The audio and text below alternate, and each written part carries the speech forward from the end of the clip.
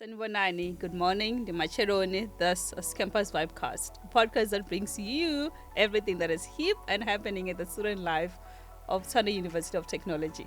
We are back again with another episode, and today's episode, it is so good. You need, to keep on watching this. But before we start, remember, this podcast is brought to you by the Directorate of Extracurricular Development and Teaching and Learning with Technology.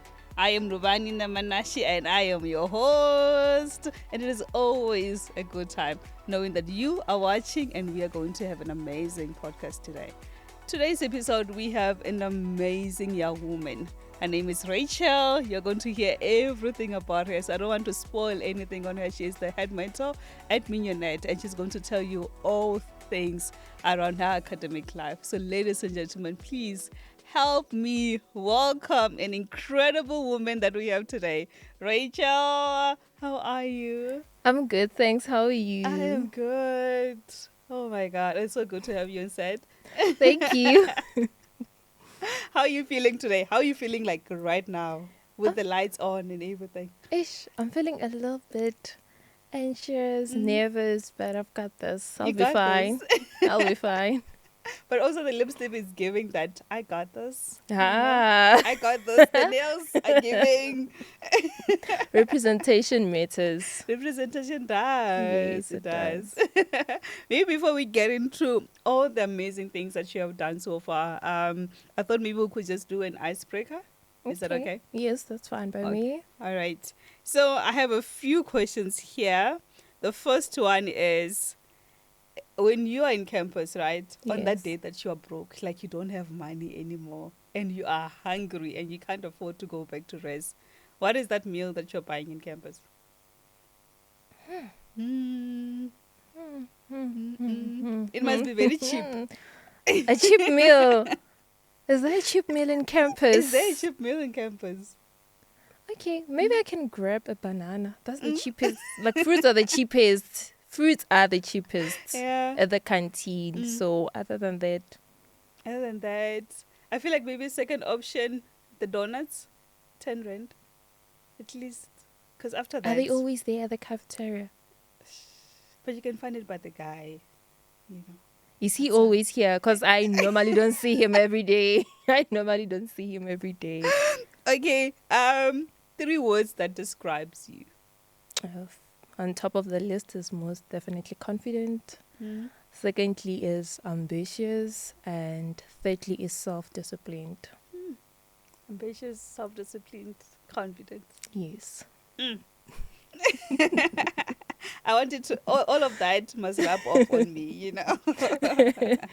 And then, if you were to go back home today, right, and Yeah. you're on your way, you want to call back at home, like, hey guys, please be cooking something for me. I am on my way. What is that meal that you want to eat when you get home? I think you know very well that every time when I go home, I want, that hard body chicken. That hard body chicken, pap, and with some cabbage. That's my go-to meal. Every time when I go home, yeah. And like, you must dish it yourself. Yes. Yes. And pour that gravy. That's so one. Exactly. Hey, there's nothing that can ever beat home cooked meal. And even if Nothing. you buy that hard body anywhere else, it will never It's not the taste. same. It's not the same as the one that you'll find at home. Not. And then maybe the last one, is there any meal from home that like you have cooked in rest and you were like, guys, this one I cooked it because I just missed home. Like Yes. what was Yes. that? You know the Malamautwana combo with acha. That one. You know what? That one. I'm laughing with you, Because there's that day that it hits you that I miss home, Yes. and I miss my meal, and you don't want to pretend anymore at that moment. You just be like, it is what it is. It is what I just have to. I have to feed my cravings. And when you're done, the feeling you have afterwards is like, you're I'm so at happy. ease. I'm at ease. That was so much fun. So I just want to get now to to life now in academia.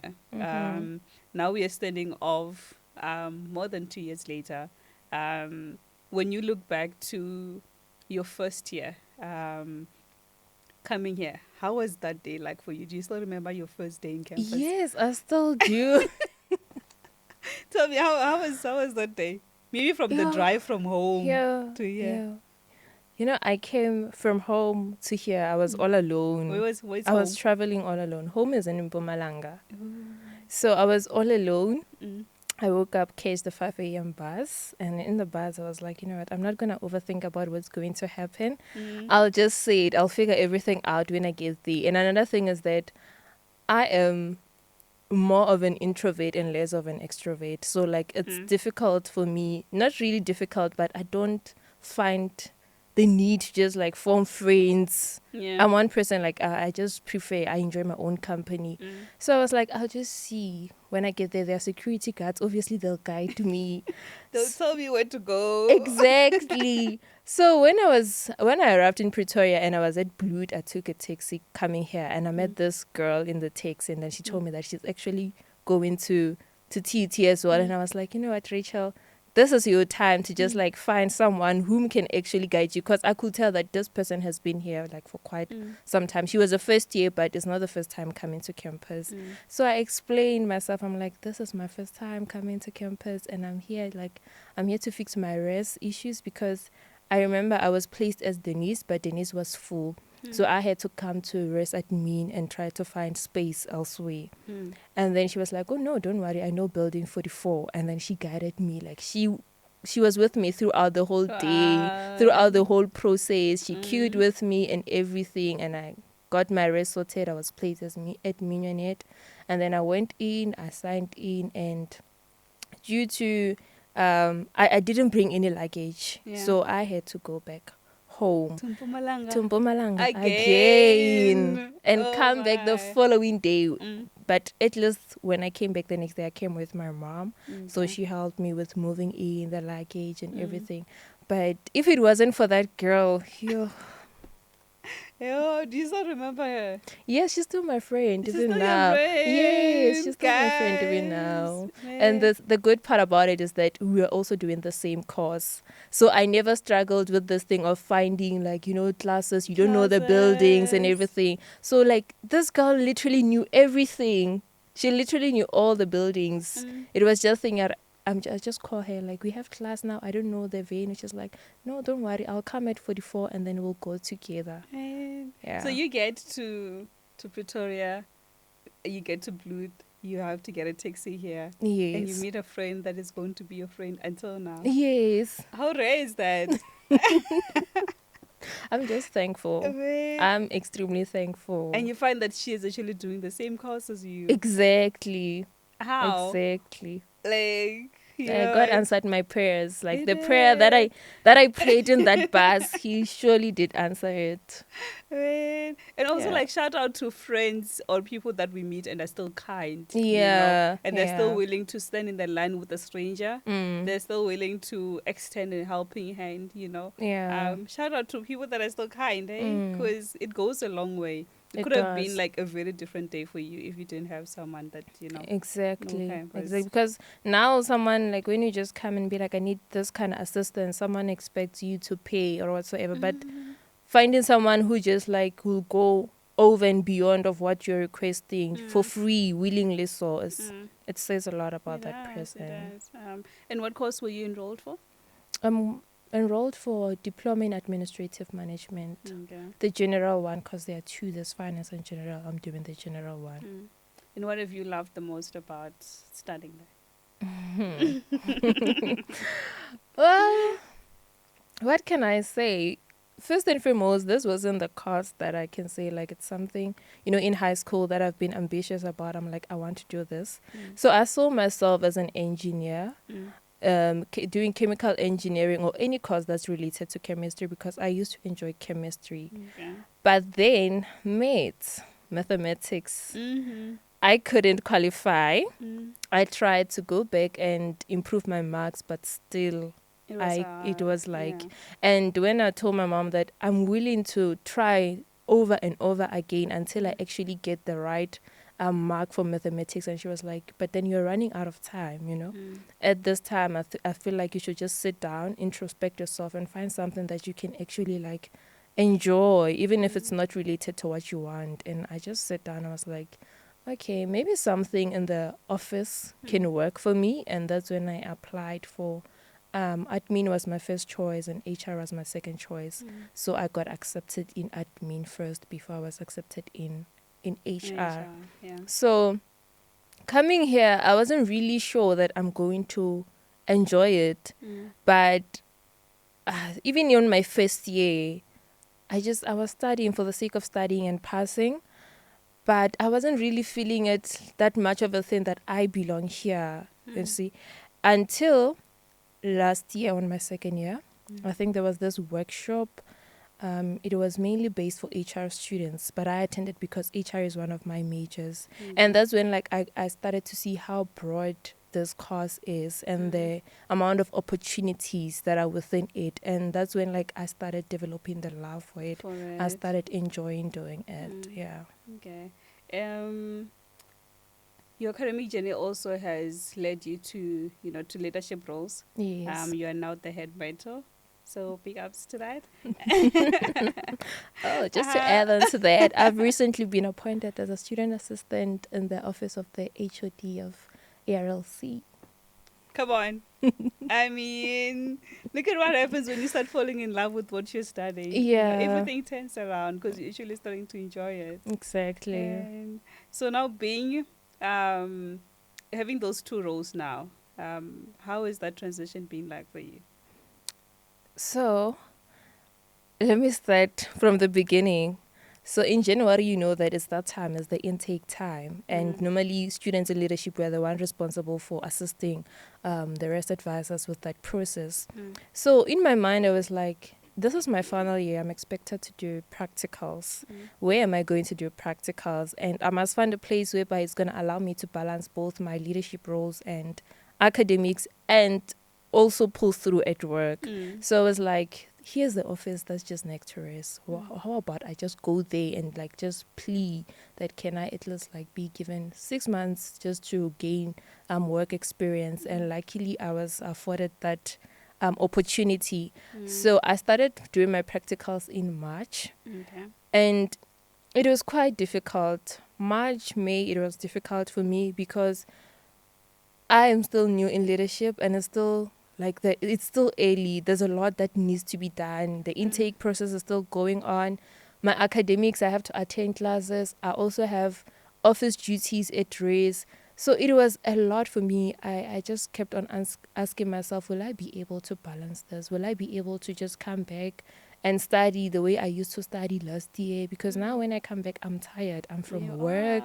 And at work, I also have to like maybe take some time to go and attend my classes, come back. Now I'm so tired. How am I going to make sure that whatever that I'm doing doesn't actually affect my academics? It was really hard because at some point it also affected my academic performance. I think the first semester there's a test that I failed, like it's not nice even now when I look into my ITS. But what assisted me is that, throughout the leadership and being there, I get to learn like how time management is important. And I just had to sit down and be like, Rachel, this is what you're doing. Plan your day, each and every day, plan your day. At this time you have class, at this time at work, you normally know that these days it's not that busy. How about you don't just chill? Use that time to push your academics, use that time to do something effective. And that's how I managed to just like be able to balance everything at the end of the day. Yeah, that is a lot of roles that you're taking in. It is. It is. It is. Yeah. So, many students are in leadership positions, in different roles. How can one best balance it? You need to balance off your leadership roles. You need to balance off your extracurricular activities, your friends, you are growing up, at times you might also be in relationships. How do you balance off work, leadership roles, friends, And just you being you, how do you balance those things out? With me, it came with a lot of sacrifices, I can say. Yeah. I firstly look into the context of like trying to find out, like rank all my responsibilities according to their importance. First and foremost, I know that my academics are very important. Yeah. I cannot sacrifice that. So I have to make sure that majority of my time is invested in my academics. And that came with me being like, I'm going to cut off the amount of like that time, the social time. I'm just going to like be very minimal with it. Less, I'm going to start like being indoors more time, studying or either pushing work stuff.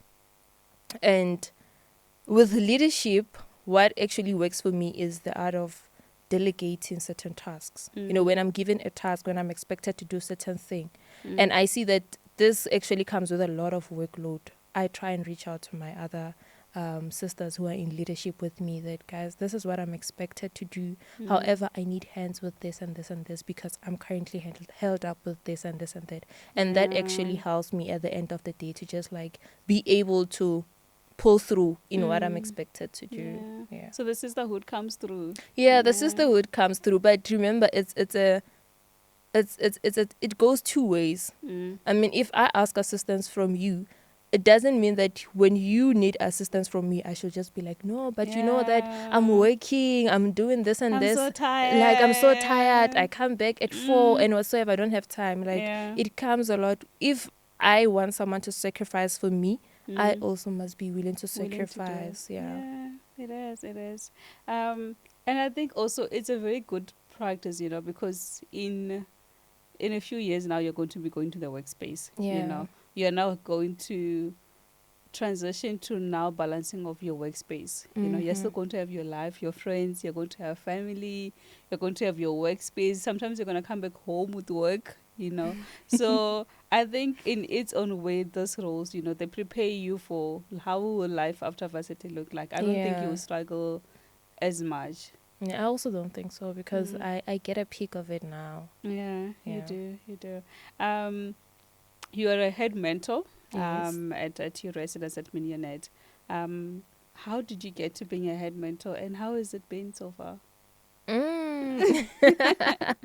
So what happened is that they opened the mentorship applications, right? And I already planned that I knew that I want to be in the leadership space. Like I am a feminist somehow.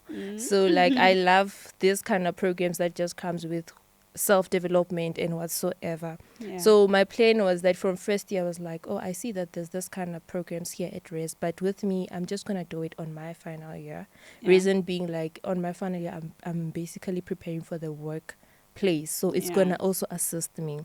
So I applied and there was a day assigned for interviews. Then we got interviewed. So with regards to the criteria that's been used to actually determine who's the head, who's the deputy, and who gets to just be like a mentor, I am not sure what criteria was used because after the interview, a few hours later, I just got an email with a letter stating that I've been appointed as the head mentor. So up until this date, I never asked. I never asked if maybe we were judged on the interview combined with our academic performance or what. I don't know the exact criteria, but I was just told that I am the head mentor. So yeah. And I felt happy about it. Yeah. I was so happy about it. And I was like, oh, if someone could assign me this kind of position, it means there's something about me that I should also embrace about myself. True. Someone can just put you in this kind of position knowing that you won't be able to pull through the work. Exactly. So I was so happy for that. Being a head mentor, what does that role entail?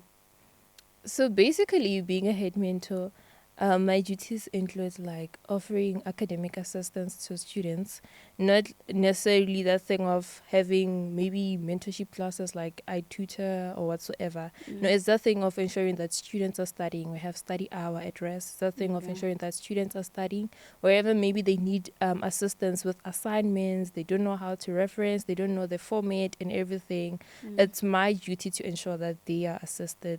However, my duties are not only limited to that. Should they be a student needs assistance with something that is personal, I can also assist. And what also helps my work easy is that at risk we don't normally like just because I'm the head mentor, it means I should oversee everything by myself. We don't normally just use these titles.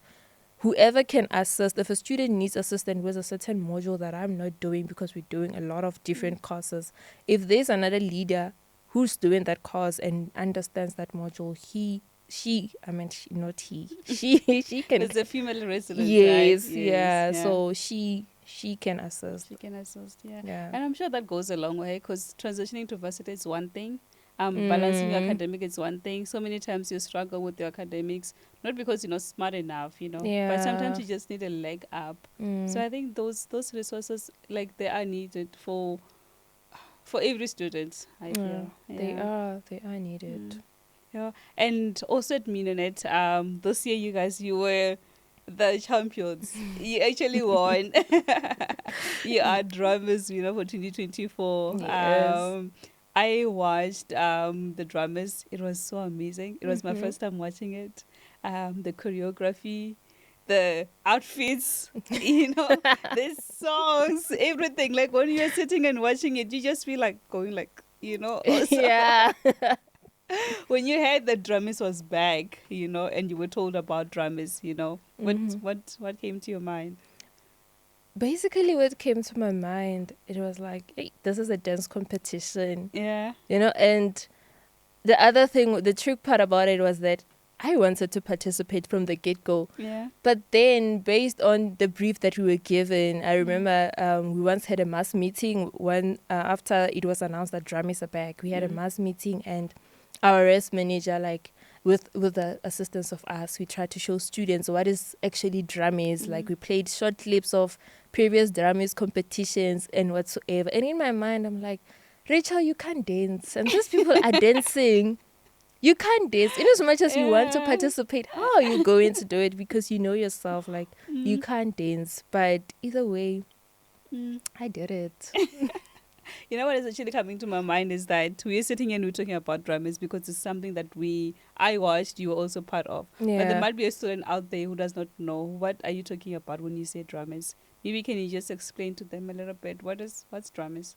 Okay, so drummers is basically an event that is there for students to actually showcase their talents through dance.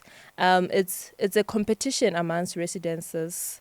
So in that competition, we are given a specific theme, and then you have to come up with a choreography that aligns with the theme, and then you perform. So basically, through your performance, we just want to see what culture is your residents practicing, or how is it actually related to the theme as well. So yeah, that's all I can say about drummers from my perspective. And what was this year's theme?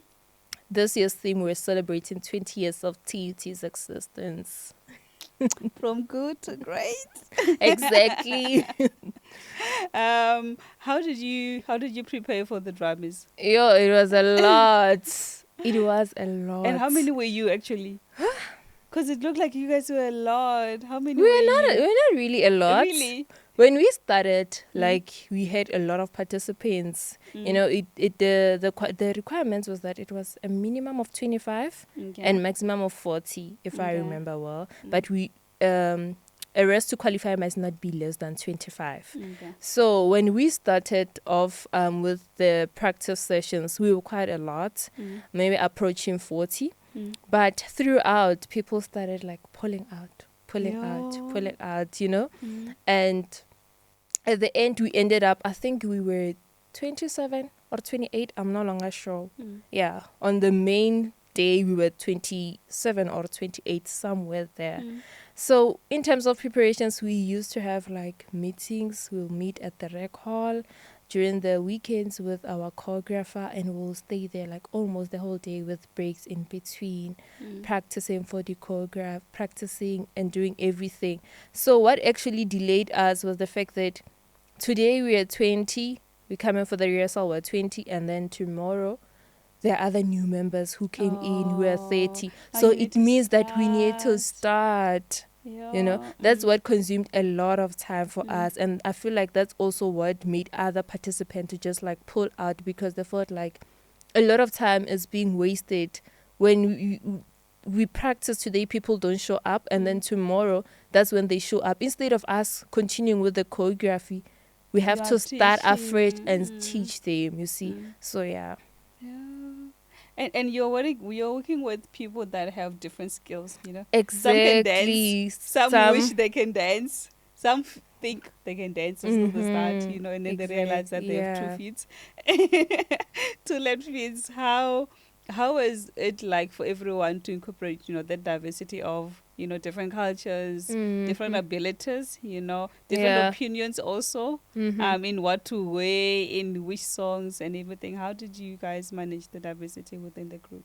I think once the number started being stable, once we were like 20, 25, playing around 25 to 28, when like we knew that these people are the people whom are actually going to participate on the finale day, I felt like we started working well together, because we will normally have, maybe after session, if I know that I'm struggling with a certain choreography that maybe I didn't attend when they were practicing it, I will go to a certain leader or a certain participant and be like, I know that you're good with this one. Can you kindly just assist me? And we practice together. So we also formed some sort of like delegation. So there were leaders who were also participating. It was not only me. There were leaders who were also participating. So we as leaders, we shared the participants. I had my own participants that I was responsible for, and other leaders had the participants they were responsible for. So we had to ensure that they attend practice and they be on time.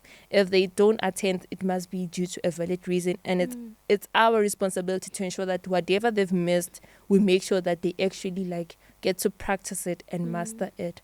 So at the end of the day, that form of delegation, it actually assisted us and saved a lot of time. It did. Yeah. And were you also getting help maybe from your rest leaders? Who was assisting you guys besides only the students? Yes, we did get assistance from the leaders who were not participating. They were mainly responsible for creating props for us. Right. So they also didn't do that alone.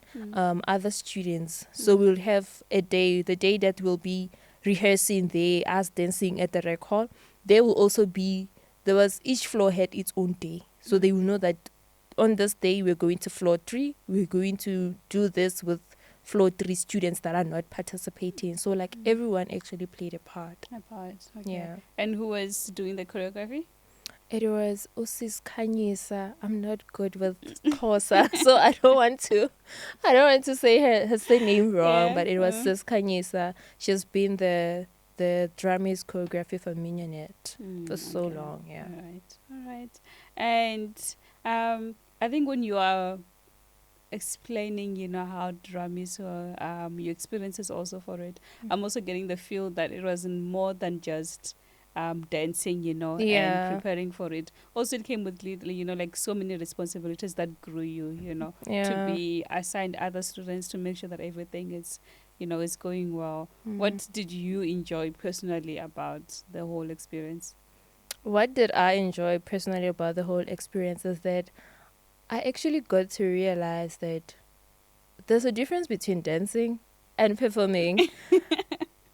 So, and when you're also performing, like, it's not for the sake of just entertaining the audience, but there should be a story behind it, And besides that, I think I also learned that dancing is not just dancing for fun. There's a lot of skills that you can actually learn through that, Looking back at the preparation, the patience there, sometimes it will run out, but because we're here for it, he'll just like be like, I'm here for it. Yeah. And the ability of accommodating like other people, you know, just Mm. because I learn first and you don't learn fast doesn't mean I have to undermine you, you know. Mm. It's, yeah, it actually taught me a lot. Mm. And how did you choose the outfits, you know, and all those things? How did all of that come about? Because it was very beautiful. So, our theme, we were paying tribute to Sahara. Okay. And there was this, I forgot his name. Mm. He's an artist, Okay. Xhosa artist. Okay. And the opening segment is the one we were wearing the Nazareth and everything. It was his culture. He was a Nazareth church going kind of person. Okay. So we were paying tribute to that. And then the Xhosa attire, it was tribute to Zahara. Sahara. And the song selection as well, the choreography as well. It was just our theme was just basically based on paying tribute to those two legends, combined with the main theme of celebrating the 20 years existence of TUT. Okay. So that's how we actually came up with the costumes, the props, and everything. That is amazing. And what did you find? What drove, you know, the theme for you guys to come to a space where you were like, okay, let's pay tribute to Sahara? You know, it was that thing of these people, they've touched a lot of lives through music, you know. Yes, So yeah. how about we actually like try to touch other lives based on what they have already created? You know, Yeah. it was that thing. Yeah. Because it was so beautiful. I think also what I saw that made Mignonette so different from other races was the compilation of the songs that you had. Now that Yeah. you are saying that was in tribute to Zara, it's making so much sense. The choice of regalia that you guys were wearing. Yeah. The way you were dancing also, it was so beautifully done. But also because so many races also had a mix, you know, of Yeah. South African music, piano, you know, and then with a little bit of like Western music, a little bit of pop culture. Like there was a mix of so many things. Yeah. But you guys stick to African music, you know, all throughout. Yes. I think that really made you guys stand out. Yeah. Yeah. Yeah. It was that thing of making our theme clear. As I've said, that actually I've realized that dancing is not just for fun, but it has some storytelling. So we didn't want to confuse whoever's adjudicating us. We just wanted them to get a clear picture that, oh, this is the theme. This is what. Yeah, this is what these people are actually saying to us. We didn't want to confuse them. Did it become clear at any moment that you guys were actually going to be the champions again? It wasn't. It wasn't. Remember, when we were performing, like we get to be part of the audience and then we get to perform. Yeah. So like we literally saw other residences performing as well. Yeah. So I remember when they were about to announce the winners, when we were just there on the ground.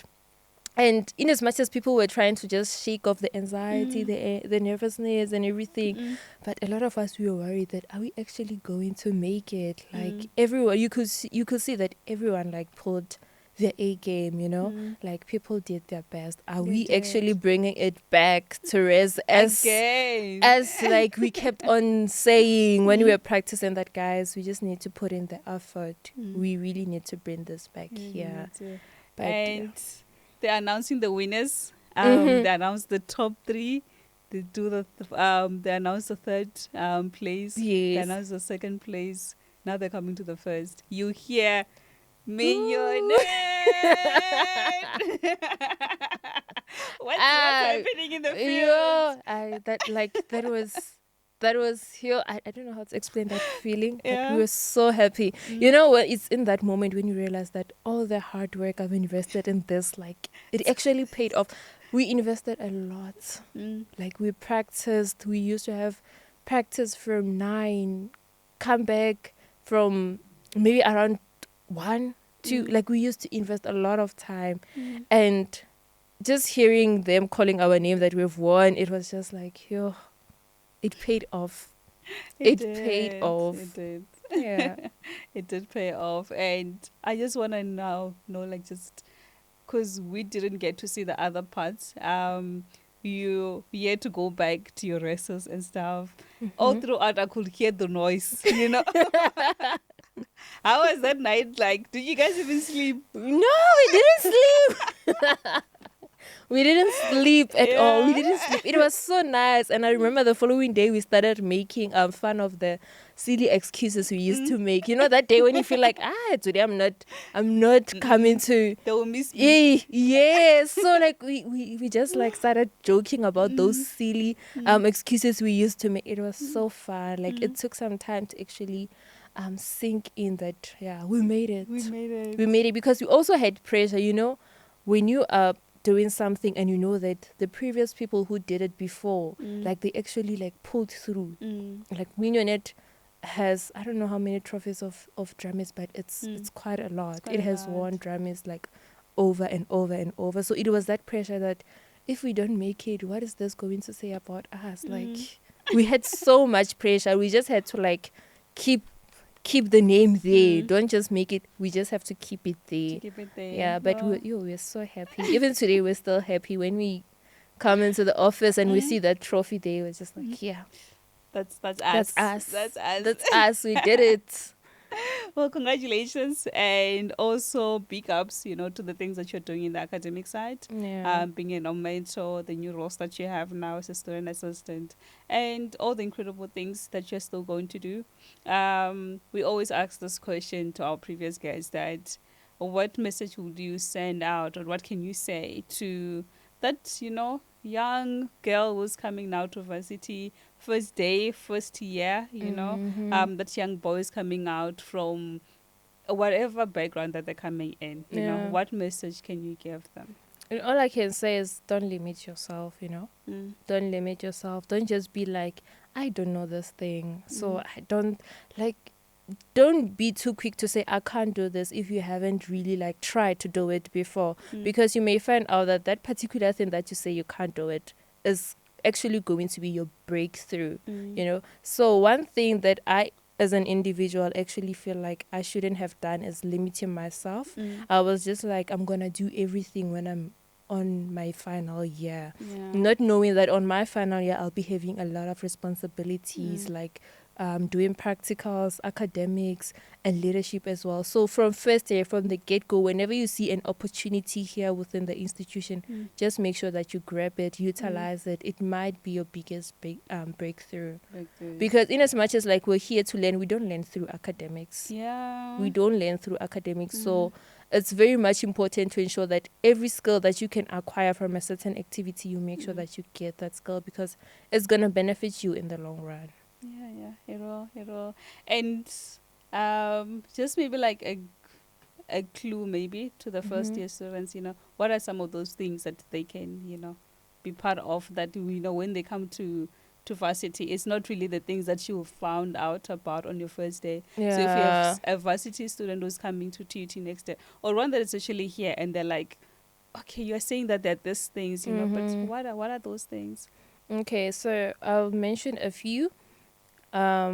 If you're staying like on campus within ARLC, there are quite various activities. So like make sure that at least, even if you don't participate in all your rest activities, at least participate in one, because sometimes it starts within the residence and then it becomes an interest thing. And then secondly, familiarize yourself with the student government. It's SGLD, because you might in Pretoria campus, like this arts campus and this Pretoria campus, you might be studying here at Pretoria campus, but you know very well that you're good in drama, you're good in music and whatsoever. So such opportunities, they're not only limited to arts campus students, they're also here at TUT. You can find a way in which you can actually participate. So familiarize yourself with the department and DED as well, because recently I have participated in debate and we came second place as Mignonette. And moving on, I joined the TUT Debate Society team. So it's something that I actually discovered that I might have a passion for public speaking. Public speaking, So yeah. it's something that I am like working on and Yeah. trying to grow myself and nurture that skill. So there's quite a lot of activities that one can actually use to develop themselves and find their true passion. Because sometimes we just come here, you don't know your passion, you don't know your purpose, You also don't know yourself. Exactly. So this kind of initiatives are just there for us students to discover who exactly is Rachel, who exactly is this person. Yeah. So please, I think to all students who might want to register for this, it can be for choir, for debate, drama, poetry. As she's also advocating for it, there are amazing programs, and the building name is Building 4. You go to the Directorate of Extracurricular Development, and there that's when you'll sign up and become part of all of this. Yeah. Or you can also join those activities through your RESOS. So if you're out of campus and you